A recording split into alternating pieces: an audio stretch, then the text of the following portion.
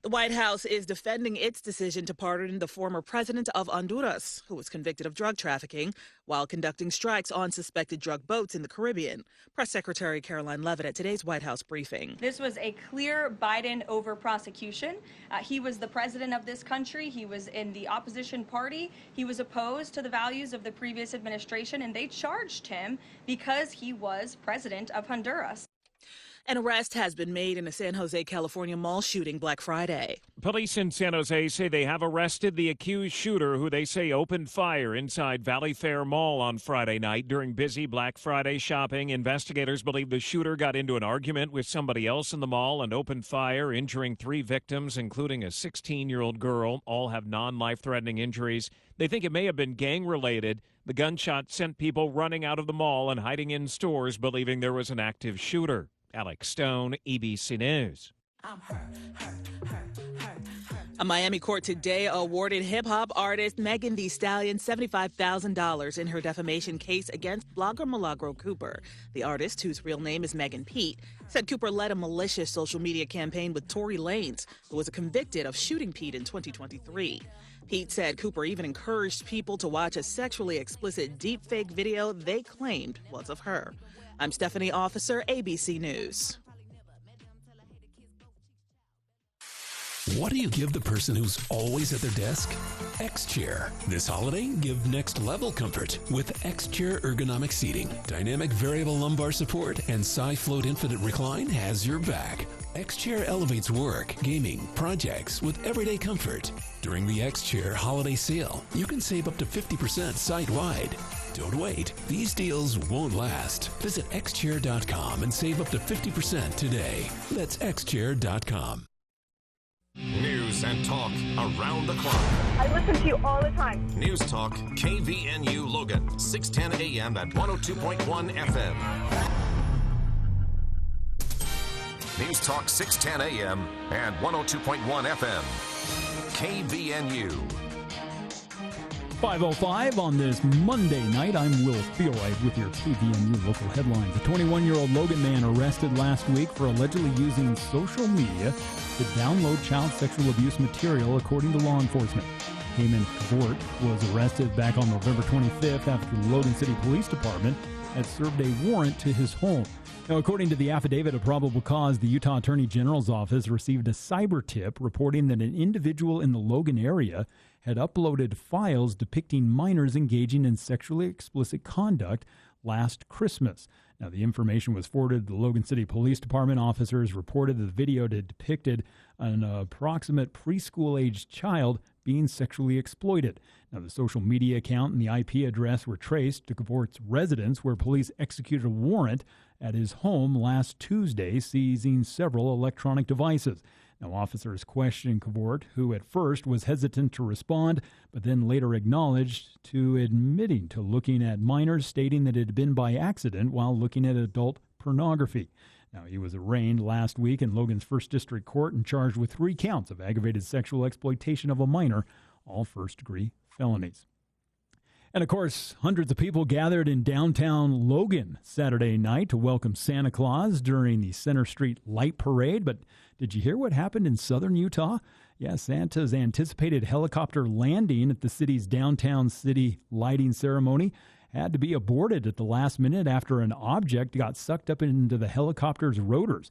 Now, a city spokesperson said the incident occurred as the chopper was descending about 50 to 75 feet above the ground. Now, while officials do not know exactly what hit the rotor, one resident said that leaves were blowing in a piece of plastic that came down and injured a person's hand, requiring stitches. Now, thankfully, the helicopter flew away from the crowd and landed elsewhere, and Santa was able to get out and then be driven into the downtown area so that the lighting celebration could continue, and thankfully there were no other injuries. And members of Utah Mammoth hockey team spent part of the holiday week visiting patients at Primary Children's Hospital, bringing books, crafts, and smiles to children who had to spend Thanksgiving away from home. Now, the team's mascot, Tusky, also joined players Clayton Keller and Mikhail Sergachev as they handed out books, helped patients make slime in the team's signature colors, and also strung friendship bracelets together. Now, one 15-year-old patient named Fippen had played a competitive game with Tusky and enjoyed talking with the players. His mother said the visit really helped lift their spirits during this difficult time. Well, we'll see clear skies heading into tonight, but a chance of snow coming tomorrow, which could bring another half inch or so of snow here to the valley floor, as temperatures have been in the mid-30s today. Tonight will drop into the low 20s. Tomorrow will be back into the mid-30s, and we'll continue to see this chance of scattered snow showers expected on and off through the rest of the weekend into the weekend. And it's Mountain Valley Heating and Air Conditioning that brings you our weather. With tax credits and government rebates expiring at the end of this year, you still have time to take advantage of rebates that can save you 40 to 50% off a new heating and cooling system. But you need to call Mountain Valley Heating today at 435-557-4181. And I'm Will Feelright with your KVNU local headlines. Roof Rescue is your local roofing specialist, dedicated to keeping your home safe and dry no matter the weather. Their team of experienced roofers is here to serve you, providing top quality service at affordable prices. From minor repairs to complete roof replacements, they've got you covered. Remember, your roof is your first line of defense in protecting your family from the elements. So don't wait until the next storm to discover your roof problems. Call Roof Rescue today at 435-999-4268. They're your trusted local roofing experts, here to keep your home safe and dry. Roof Rescue, celebrating 10 years of providing watertight peace of mind. News and current events. News Talk KVNU, 610 AM and 102.1 FM. Get your furnace fixed. Call Gary Riggs. Get your furnace fixed. Call Gary Riggs. If you're having heating trouble and you need your furnace fixed, just pick up the phone and call Gary Riggs. 435-512-6633. We'll come to you. Our service fee is low, just $25. We repair all brands and have certified installers. Get your furnace fixed. Call Gary Riggs. Get your furnace fixed. Call Gary Riggs. Hi, it's Congressman Blake Moore. Have you heard the news? My office recently won an award for our Outstanding Constituent Service Program. That's right. The Congressional Management Foundation named Team Moore winners of their Best of Constituent Service Award, meaning Utahns in the 1st District are receiving some of the best help Congress has to offer.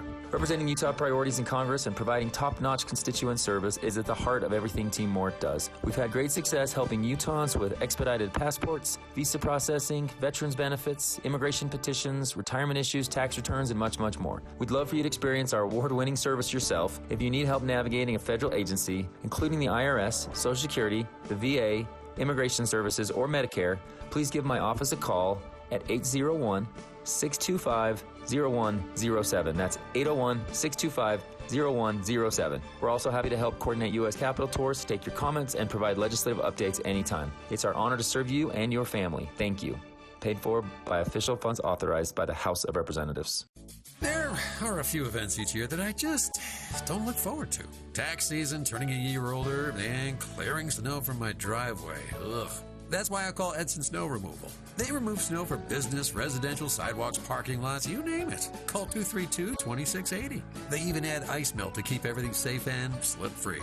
Now, I know we haven't had much snow yet, but it's coming. So call now for a free quote, 232-2680. Edson Snow Removal, 232-2680.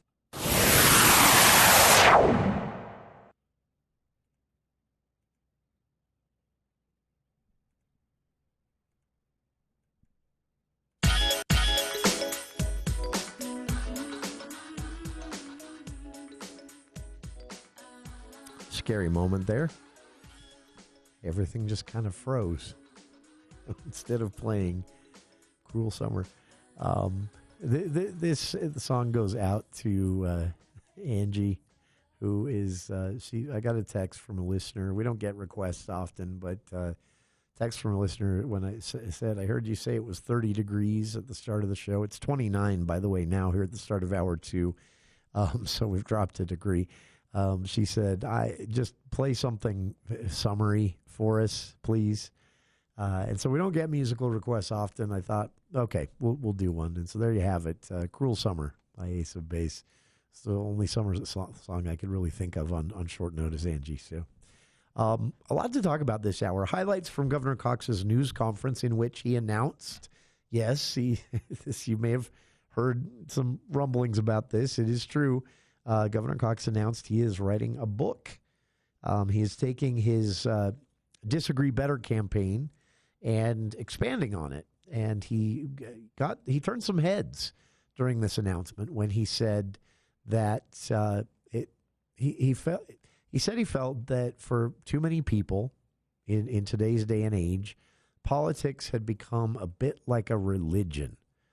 And so understandably, people wanted clarification. Now, he said that in an interview with Public Broadcasting that was a big, broad discussion about a bunch of different things.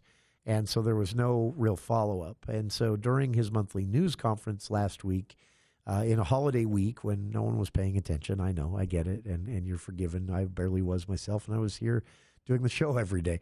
But I wanted to bring you the highlights this week when you've got more space and less on your mind preparing for the holiday, because his answer is really interesting. So again, the governor explaining what he meant when he said in a recent interview that he felt politics for too many had become like religion and that it wasn't healthy.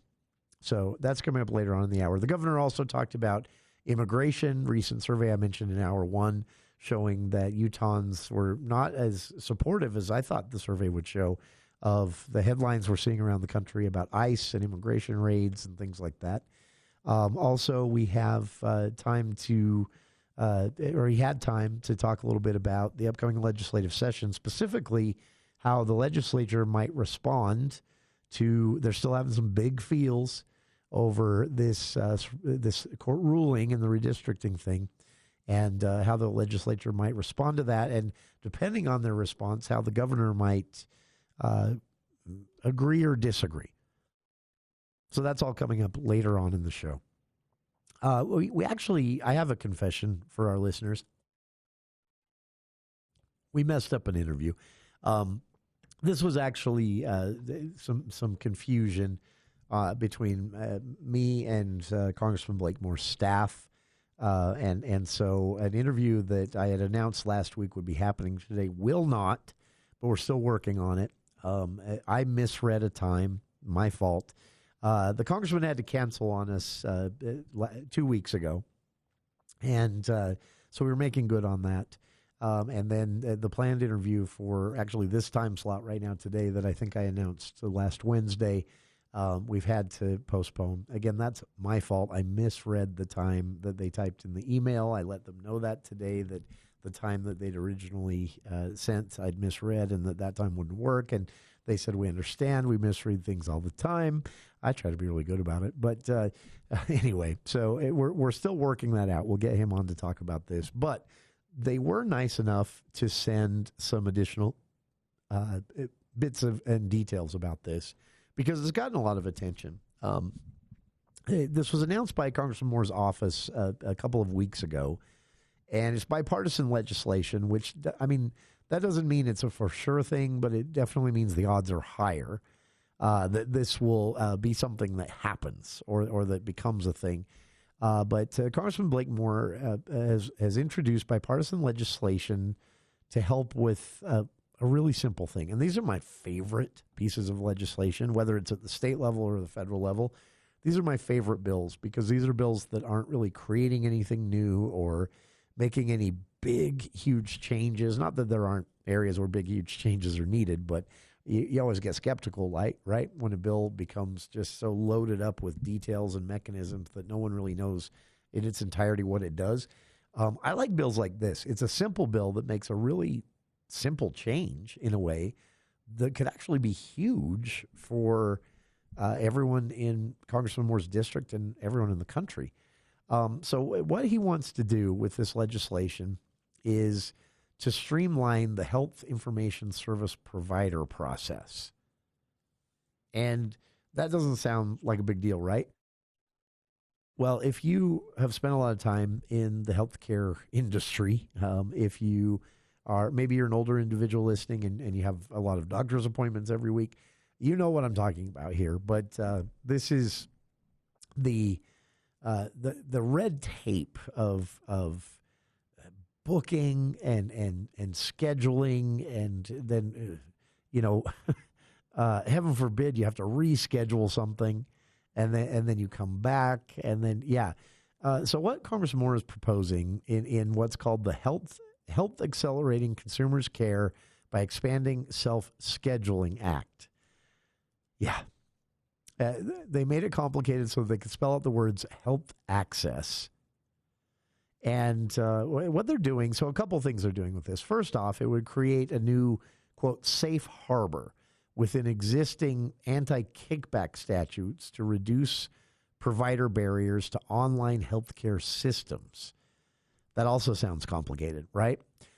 So there is a rule, and this rule was well intended, and for the longest time was a very important barrier between you as a patient, you as a healthcare enjoyer or consumer, from being exploited on the internet by healthcare agencies, whether that be a hospital or a clinic or your primary care doctor, collecting information about you in order to do their job, basically your health history, but that would of course include your upcoming appointments you've been to recently, things like that. And so Congress passed a law that said no one can collect all of this information about a person in a single database. That would be illegal to do. And the reason for that was smart at the time. At the time, the internet worked in such a way that if anyone were ever to just keep downloading health information from a single clinic over, maybe a year's time, they would be able to collect enough information about a single patient just from their appointments alone and small details that would be kept alongside those appointments. We're not talking your social security number. We're not talking your bank account number or your credit card or debit card you use to pay your copay. We're not talking about anything like that. We're talking about just appointments and which doctor, and sometimes additional details that would explain why.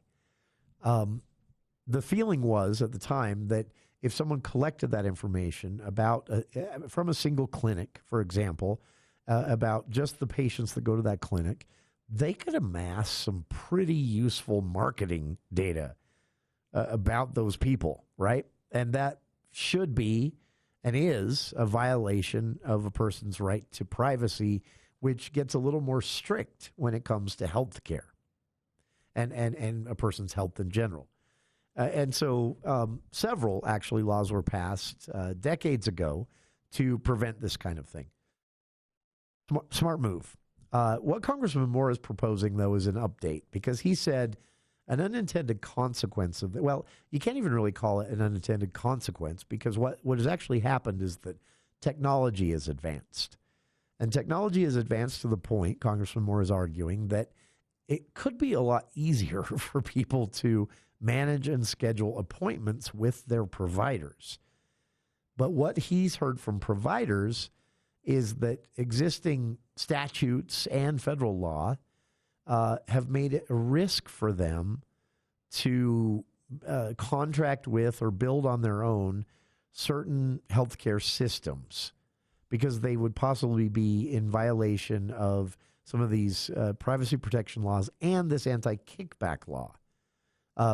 Again, the anti-kickback law, the federal law, now Utah has their own version of statute on this, but the federal version of the anti-kickback law, it prohibits knowingly and willfully offering, paying, soliciting, or receiving any payment in any way to induce or reward referrals for items or services reimbursed by federal health care programs, Medicare, Medicaid. Now, Congressman Moore wants to expand this out beyond that.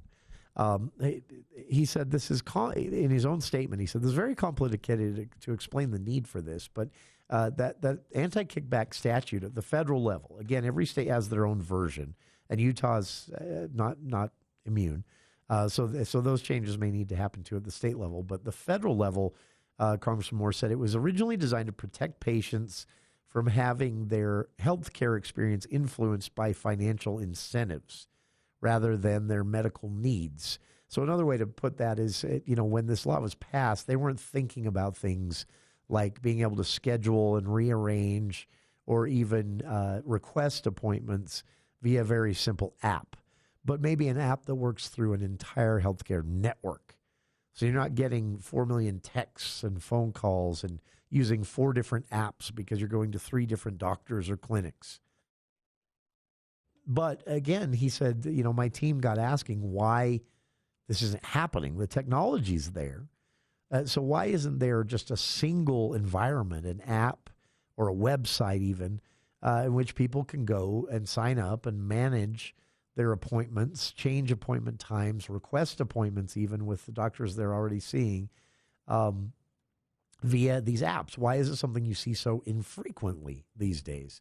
And this was the answer he got from healthcare providers is, look, as unrelated as it seems, our attorneys have advised us that developing our own environment like that or partnering up to develop a broader environment for a region or an entire healthcare network could end up being in violation of the anti-kickback statute. And the reason for that is that, of course, they would have to pay somebody to develop and manage this, but also that they felt that it would be something that allowed. So, for example, you have services listed for an online booking platform. So, you've got a primary care doctor, and you just, your 6-month checkup, or maybe you go every 3 months, something like that. And it's coming up, but you still have to go through the process of booking an actual appointment, right? And so providers typically pay the management platforms for the online listings. And that is specifically why this risks triggering the anti-kickback statute if services are provided for federal health care benefits. So if someone happens to be on Medicare or Medicaid, which many people over the age of 65 are, then there's this risk they would be violating federal law by paying someone to manage an online platform that encourages you to make an appointment or allows you to schedule an appointment simply because there is no distinction between a direct referral in that federal law and a generic referral like, hey, come back in 6 months. This is one of my favorite types of legislation because it's literally, I don't really know for sure. I haven't seen the language of the bill, but I'm guessing it's going to have to change maybe one little sentence in the existing law to then open this window where you could have entire healthcare networks saying, okay, we're going to do, so if you live in Utah, all of your online booking, appointment scheduling, appointment canceling, rearranging, requesting an appointment. Again, this would only be with doctors you're already seeing. You wouldn't be able to get a referral to a new doctor through this system, but managing all of your appointments could be done through one system, but they need to take away this potential liability that has scared all the healthcare providers away from doing this in the first. They've wanted to do this for years, Congressman Moore's office explained to me.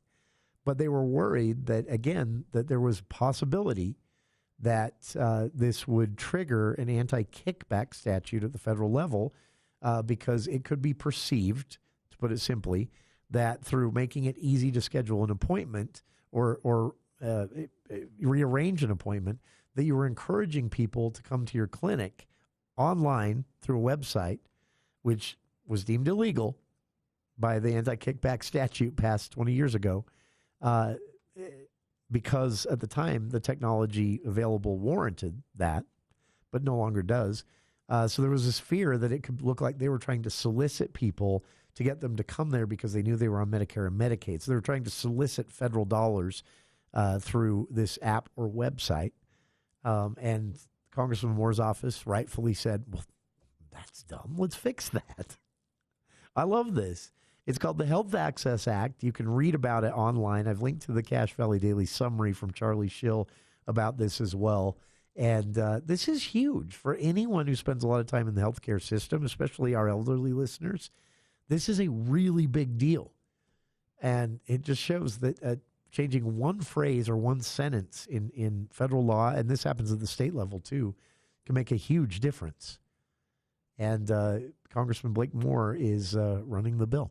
Again, we're going to be talking to him about this in person because it's a really cool story that I promised I won't tell for him on how this came to his attention in the first place. And so we'll get that interview scheduled. But check it out. It was introduced officially today News that it was going to be introduced came weeks ago, and we'll see what happens now. Hopefully this passes and gets signed by the president.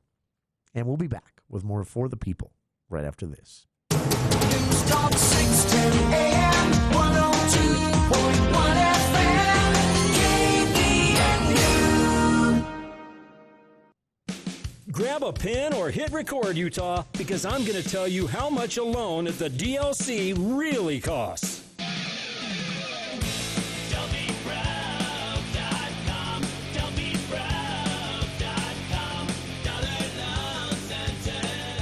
Well, it's way less than most people think. A $500 loan at Dollar Loan Center costs $3.78 per day in interest. Again, a $500 loan will cost you $3.78 per day in interest. Need $1,000? That'll cost you $7.56 per day. If you need the loan for 10 days, multiply that by 10. There are no other fees. Keep it out a day, a week, a month, a year, whatever you like. First week's interest is even on us for all new customers. With new locations in Payson, Ogden, and Logan. Or check us out and apply online at don'tbebroke.com. Licensed by the Utah Department of Financial Institutions. Given amount based on biweekly pay frequency with annual percent for the 275%. For additional cost information, call 866-550-4352. Subject to approval, limitations may apply.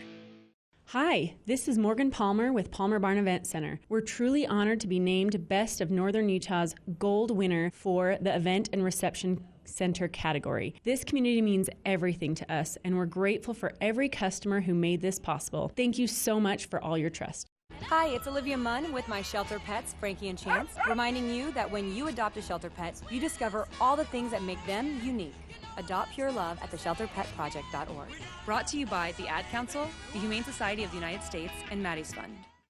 Owning a business may be stressful, but insuring it doesn't have to be. This is Matt Robbins with Quality First Insurance. Our experienced agents have been in the industry for many years and understand the challenges you face. As an independent agency, we have access to multiple carriers, like Auto Owners Insurance, to ensure you get the policy that's right for your company. Let's give your business insurance a fresh look. Call us today, 435-752-0101.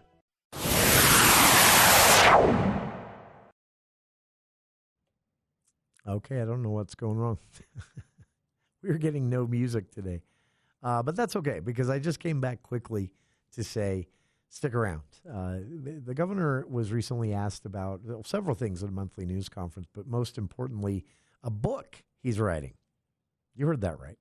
And he expanded on this. So before we get to that, though, check this out. I've posted a link to it, but the debate over the transitional logo, keep that in mind. This is just the transition logo. This is the logo that Utah is using for the Olympics as we prepare for the Olympics. The official logo won't be released until a few years before the 2034 Winter and Paraplegic Games here in Utah.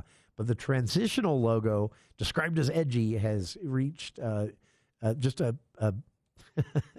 mountain of pushback. People not happy with the text, how it was worded, the kind of the blandness of it, and they are explaining. So I posted a link to this on our Facebook page, but the poor group behind this, I feel so bad for them.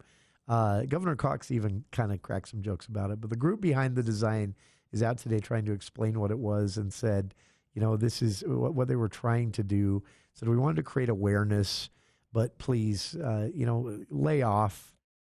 We're trying to build credibility as a designing organization, and this is just phase one.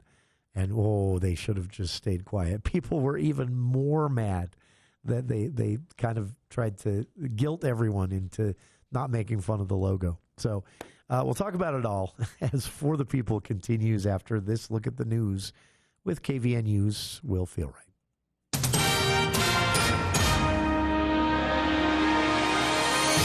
Thank you, Jason. Ralph Menzies, who was convicted of brutally murdering 26-year-old Maureen Hunsaker, died last week.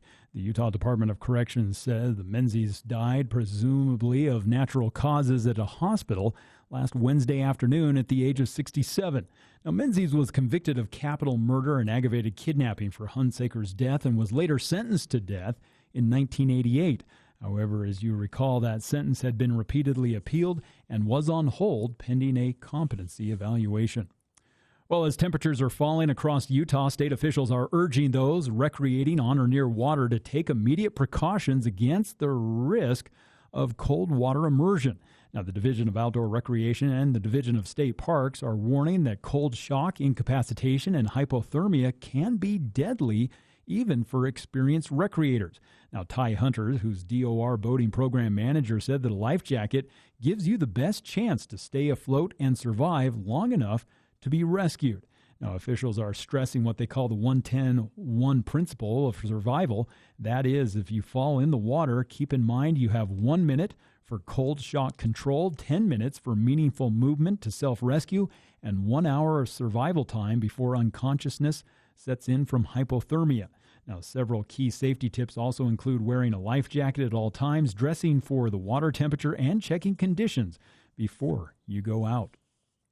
And the father of 3 children who were rescued from Big Cottonwood Canyon back in October has been arrested now and charged with multiple felonies related to child abuse and torture during that ordeal. Micah Smith was booked into the Salt Lake County Jail last week on 3 counts of first-degree felony aggravated child abuse and 3 counts of first-degree felony child torture.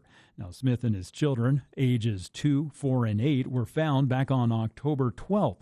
Now, investigators said that the situation had started as an ill-prepared and extremely selfish hike, with Smith choosing to summit the mountain over the safety of his children despite a storm moving in.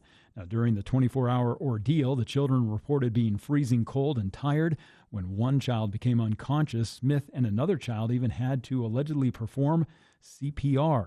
Now, search and rescue teams noted that the trail was hazardous and rated as hard. Investigators said that Smith's intentional acts left his children in grave danger. Well, we're going to see some snow coming through the next several days, as tonight temperatures will drop into the low 20s. Tomorrow we'll see a chance of snow with a possibility of a half inch or so, with temperatures getting back into the mid-30s, and then snow on and off through the rest of the week, as daytime temperatures are going to stay right around the mid-30s with overnight temperatures around the mid-20s.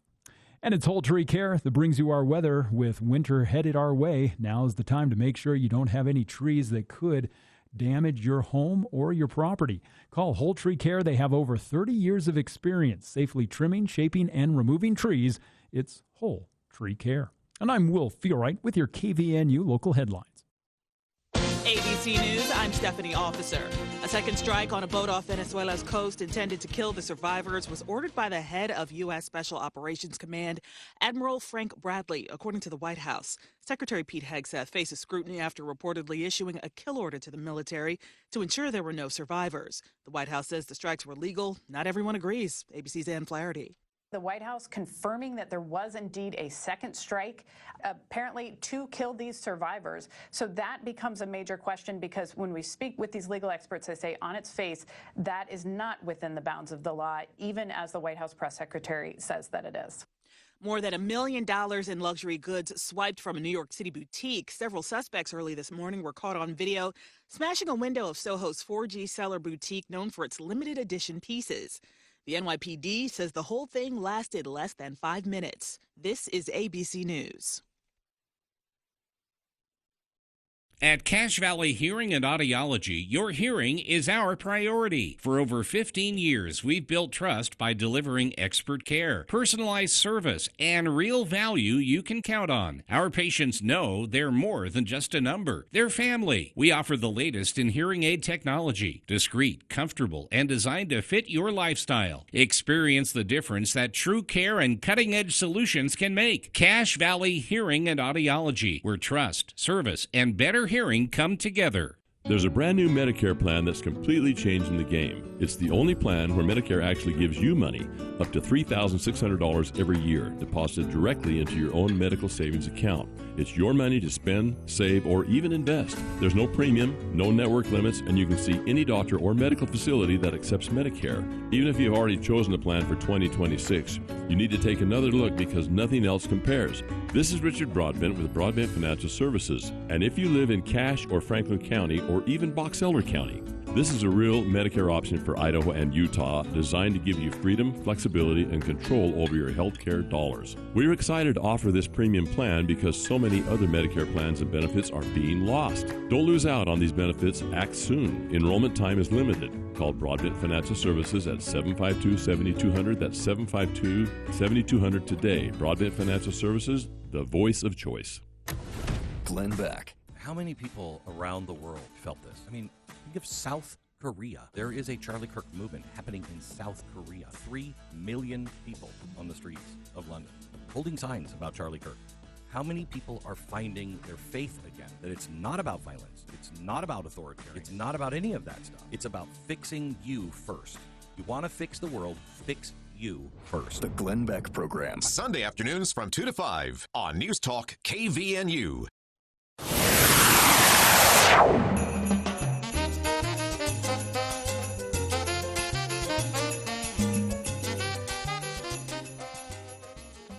Too soon on that Christmas music? Come on. It's my favorite part of the season, but yeah, okay, a little too soon. We'll hold off on that for a bit, but had to get at least a couple in there today. It is December 1st, right? Governor Cox last week held his monthly news conference, and it being a holiday week, of course, it didn't get, outside of our show, a lot of attention, and there were some bits and pieces here and there that I thought were interesting, so some highlights from the governor's monthly news conference last week in Salt Lake City. Starting with, this was a response to a question. If you've been following the redistricting story, of course, it goes back years. The original ballot initiative, well, I mean, it goes back decades. There was an attempt at a ballot initiative way back in 2008 called Fair Boundaries. And they were unsuccessful at collecting the number of signatures to get on the ballot. But Fair Boundaries, like the successful Better Boundaries in 2018, was attempting to do the same thing, create an independent process for redistricting, to take the political and politician concerns out of redistricting every 10 years and make it about what it's supposed to be about, which is you, voters, and representation. Drawing boundaries for school districts, for state house and Senate, for our federal delegation in the United States Congress, in a way that it tries to keep communities together and allow for representation without considering what's going to make it easiest for incumbents to get reelected or what's going to benefit one political party over another. That's what Fair Boundaries was about. That was 2008. It was unsuccessful. 10 years later, Better Boundaries comes along, a whole different group of people, similar name, and again, very similar goals. And they were successful. They collected the hundreds of thousands of signatures needed to get it on the ballot. It was on the ballot in 2018, and voters approved it. Voters throughout the state, by a clear margin of victory, said, yes, this is how we want it to work. So then in 2020, redistricting process comes along. The independent committee created by the voter-approved ballot initiative begins their work, and they do their work. They submit, I don't remember if it was 3 or 5, but a number of maps were submitted to the legislature. The legislature convened a special session, and in the middle of that one-day special session, the legislature completely ignored the year of work from the committee and the maps they submitted, and surprised everyone with a map they had prepared, lawmakers had prepared themselves, and voted and passed that map in a very quick process. So people sued, understandably, and they won. The Supreme Court last summer said to lawmakers a couple of times over, because there were multiple lawsuits on different angles of this, including one over ballot language, that they said basically to lawmakers, you can't write ballot language that is deceptive, and you have. There was another suit last summer that said the ruling from the state Supreme Court was basically, hey, when voters go through the ballot initiative process, it's not easy in Utah. It shouldn't be easy.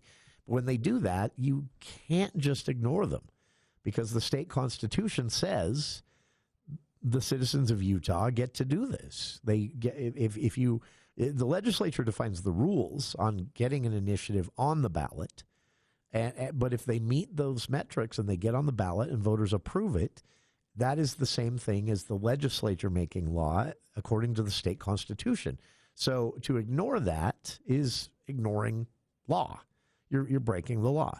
Lawmakers didn't like to hear that, of course. Don't you know who they are? And they appealed. The appeal was unsuccessful. Anyway, so fast forward to this summer, a second lawsuit that took longer to go through the courts because it was going a different route played out, and the courts ruled that because of the Supreme Court's previous ruling, lawmakers had to go back to the drawing board. Lawmakers went back to the drawing board, came up with another map, which was at least closer to what voters wanted the process to be like when they approved the Better Boundaries ballot initiative way back in 2018, 8 years ago. But the court said, not close enough. You're still ignoring some of the guidelines that are clearly spelled out in the initiative voters approved on their ballots in 2018. So the court, in order to meet the deadline for next year's midterm elections, has no choice but to draw or to choose a different map than what lawmakers had done in their redo from September. So that's my quick version at bringing you up to speed. So they have promised to appeal this. Big press conference last week from the legislature saying they were taking a three-pronged approach to responding to this. And I guarantee one of those prongs is during the legislative session, you'll see at least one bill making it a lot harder even to get a ballot initiative on the ballot because they're incensed. How dare another branch of government check this branch of government, right? The legislature needs an ego check. I was hoping this would be it. We'll see. Anyway, that brings us to the governor's press conference last week, and he was asked about this. He was asked both about a couple of lawmakers who, in a moment of passion, they're having some big feels the night of the ruling when the judge unveiled the new map. They said, we want to impeach her. Now, they've backed off of that, mostly because leadership probably came down on them and said, shut up. There were some big feels, but they promised an appeal, and the governor was asked about all this. How do you feel about this rhetoric that undermines the judiciary when lawmakers are mad? How do you feel about the impact of the ruling, which lawmakers have claimed is the judiciary going too far? And, this is what Governor Cox had to say. Well, I'd probably be lying if I said I wasn't concerned. I certainly have those concerns. I get attacked all the time because I believe in all three branches of government and I defend all three branches of government. And so when there's something that's clearly within the judicial branch's authority, I defend it. And which again, redistricting is pretty clear in the Constitution.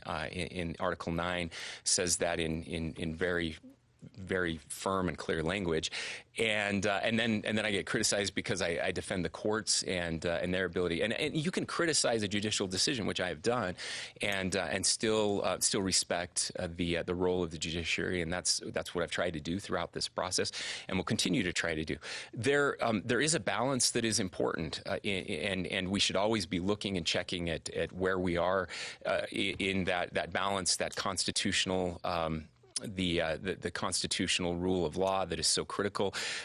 Our system is very much like the federal system, and so I look to the federal system for that type of guidance and understanding. But the legislature plays a role in that balance in being the voice of the people, and so the judiciary is not supposed to be the voice of the people. That's not their job, and so anytime I feel like there's a judicial decision that takes some of that power from either my branch or the legislative branch, I get deeply concerned. We'll work to try to right that balance. We did that when it comes, for example, when it comes to the Chief Justice and selecting that. They wanted to be able to do that every 4 years, and I said I didn't think that was appropriate. But at the federal level, the president does pick the Chief Justice, and so I thought that's a model where we could do that, and we came to a compromise where that would be done, but they wouldn't have to be looking over their shoulders every 4 years. When you announced, if I could just follow we'll go here up and then we'll go here.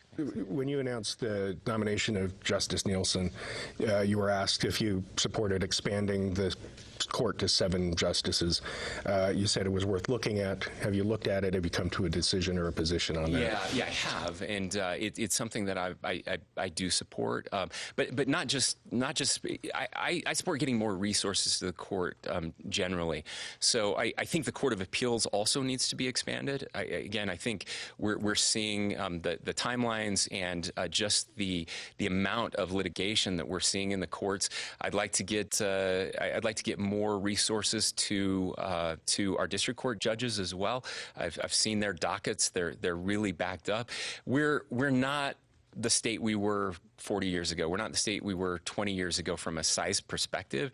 And when you look across the country, I mean, there's a reason that most medium-sized states to larger states start to move to the 7 to 9 justice range. And so I think it probably makes sense at this time to expand from 5 to 7, and certainly to expand the Court of Appeals and see if we can't start moving so justice can move quicker through the system. I think that really matters. When President Biden, when there was talk of President Biden expanding the U.S. Supreme Court, though, there were accusations of court packing. Sure. Is this not court packing? Well, I mean, it's not for me. I mean, this is strictly based on the speed of the cases, and you can go map this out and look at the number of decisions over the past 10 years, and how difficult this has become for the court. It would also be weird to look at court packing when it's been Republican governors and Republican senators that have made all of the appointments, and I've never looked at it that way. So there is consternation among the Republican legislature and the court. That's fair. Yeah, there is. I didn't have that same consternation, and I think it's a good idea. That was, again, Governor Cox weighing in on, multiple things involving the judiciary and what we might see in the upcoming legislative session. That was just one question of many at the press conference last week. Again, this happened on a holiday week, close to the holiday. And we talked about it a bit on the show, but wanted to bring it to you today so it would get a little more attention. I know we're all pretty busy in the holidays. That's why they shouldn't hold these monthly news conferences on the holiday weeks, but it is what it is. More highlights. The governor on immigration and the future of nuclear energy in Utah, something I'm really excited to hear the governor talking a lot about, coming up right after this.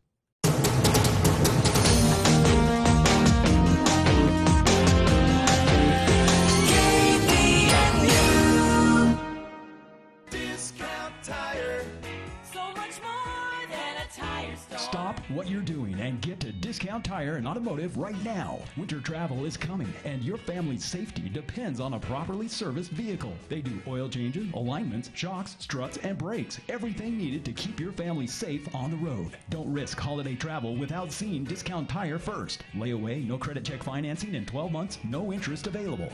Get in now to Discount Tire and Automotive. Discount Tire. So much more than a tire store. When plumbing problems hit, you don't want just anyone in your home. You want a trusted friend with a proven track record. That's why more people are turning to JM Mechanical Plumbing. The same company that's been keeping your home comfortable for decades has a team of plumbing experts for leaks, boilers, water softeners, or water heaters. JM Mechanical Plumbing does it right the first time. Call 563-6267 today and let the trusted experts at JM Mechanical Plumbing take care of your home. Is your family visiting for the holidays, or are they already here? Well, they have laundry to do using your machines, and it'll take away hours from your family time. We'll send them to Mount Logan Laundry with the large 55 and 80-pound washers and dryers that dry 30% faster. They'll find clean, comfortable environment with free Wi-Fi internet and drop-off service, and they'll be back in no time. Recommend Mount Logan Laundry. They're at 5th East and 9th North in Logan, or in Brigham City on the corner of 1st East and 7th South. Mount Logan Laundry, the cleanest spot in town. Social Security, securing today and tomorrow. See what you can do online at socialsecurity.gov. Aggie basketball is heard here. You know, there's a pride in this. KVNU is your station for the best game day coverage, with pregame beginning 1 hour before tip-off. play-by-play and post-game interviews and Aggie call afterwards. It's Aggie Basketball on News Talk KVNU 610 AM, 102.1 FM, online at kvnutalk.com, and the KVNU mobile app, the heritage home for the Aggies.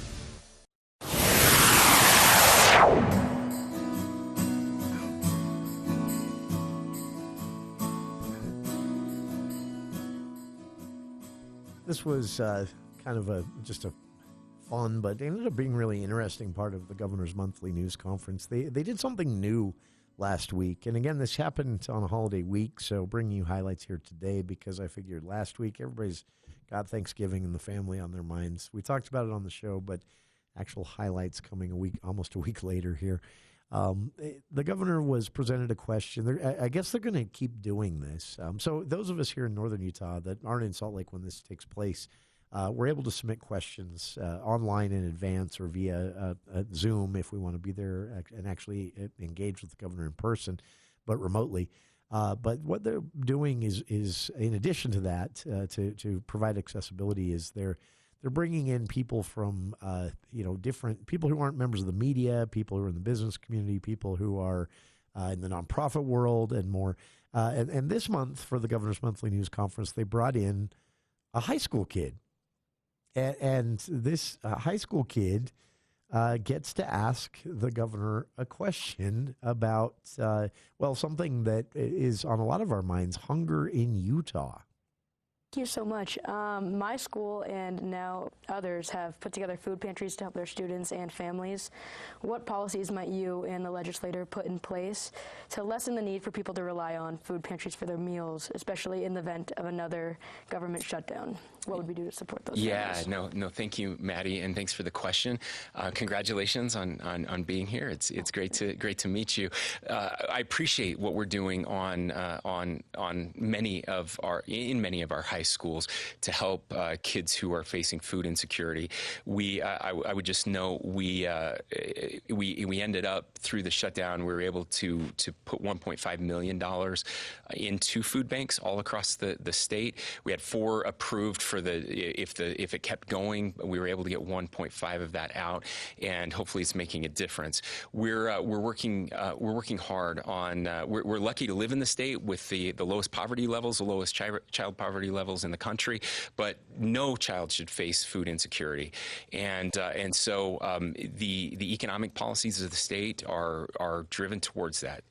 We're doing everything we can to create more jobs, create more opportunities, to make sure that safety net is there for those who don't have those same opportunities, and that when you graduate from high school, there's a great job waiting for you and for your fellow classmates. So we got to do both of those things. We got to make sure we have a strong economy. We got to bring down the cost of housing, which is really important. We've got to bring down the cost of energy, because all of those things, those are taxes on the poorest among us. And finally, kind of a cool moment there. Governor got to answer that high school kids question. That'll happen again, I guess, at future events. And finally, the final highlight here, the governor announced during his news conference he was writing a book. And he was asked to elaborate on what was, prompting this, what made him want to write the book. And, in short, he said that he felt like for a lot of people, politics was almost becoming a religion, and that it's going too far. And, here's what the governor had to say about why he wants to talk about this in greater length in a book, but also what people can do to combat it now. Yeah, well, look, it's I've shared this before. I'm writing a book about it. It's no secret that I'm concerned about what's happening, where we become so lonely, and we're losing our traditional good tribalism, good tribes, where we came together, those third places that were so important throughout our nation's history and throughout our state's history. I won't go into my Alexis de Tocqueville's speech here, but we've changed a lot since 1830. We've changed a lot since 2003. People are less religious than they've ever been in our country, although there is some evidence of a revival happening out there. People are starting to go back to church. I think they're desperate. I think they're lonely. I think they've become addicted to social media, and that's tearing us apart. And too many people have replaced religion with politics, and politics has become like a religion to them. I would say the only thing more dangerous than that is to see politics come into religion, where religion and politics actually there's no respite from politics, and we desperately need those respites. We need places where we can be together with people whose politics are different than ours, and spend time with them. It's really hard to hate up close, and when you spend time with people who see the world differently than you find out you have a lot more in common with them than you thought, and you find out you can actually work together. And that's religion is really good at that. I mean, look, guys, I love to brag about all of the ways in which Utah is leading the nation, #1 state in the nation. At the core of that, we're also the most religious state in the nation, and it's why we lead the nation in service. It's why we lead the nation in charitable giving. And I'm not telling. I know religion isn't for everyone. I'm not saying you're a good person or a bad person. There are bad people who are religious people, and there are really good people who are not religious at all. But religion is a way that brought people together. And if you don't have that, then you got to find some other way to do it. And we've got to find healthier third places for people to congregate where they're not in a bubble, where it's not just people just like you who see the world exactly like you. And faith was one way to do that. There are other ways for sure, but those other ways are dying as well. And the governor, again, weighing in there on, his announcement that he's writing a book about, politics, civility, and his statement when he announced this was actually in an interview done with public broadcasting a couple of weeks ago. He said that he wanted to write the book because he believes that for too many people, politics has become a religion. Which, of course, got some attention when he said that. So we'll see where it goes. No word on when the governor will be publishing the book or anything like that, but we'll keep you posted. And, we'll all have to read it because governor of Utah. I'm sure we won't all agree. And the governor said that's kind of the point he wants to make. But we'll keep you posted. Thank you for tuning in. That is our show for today. We'll be back tomorrow with a look on the Land, Water, and Air report being presented to the governor next week from USU's Institute of Land, Water, and Air. That's tomorrow on the program, but stick around. Dave Ramsey is next here on KVNU Logan.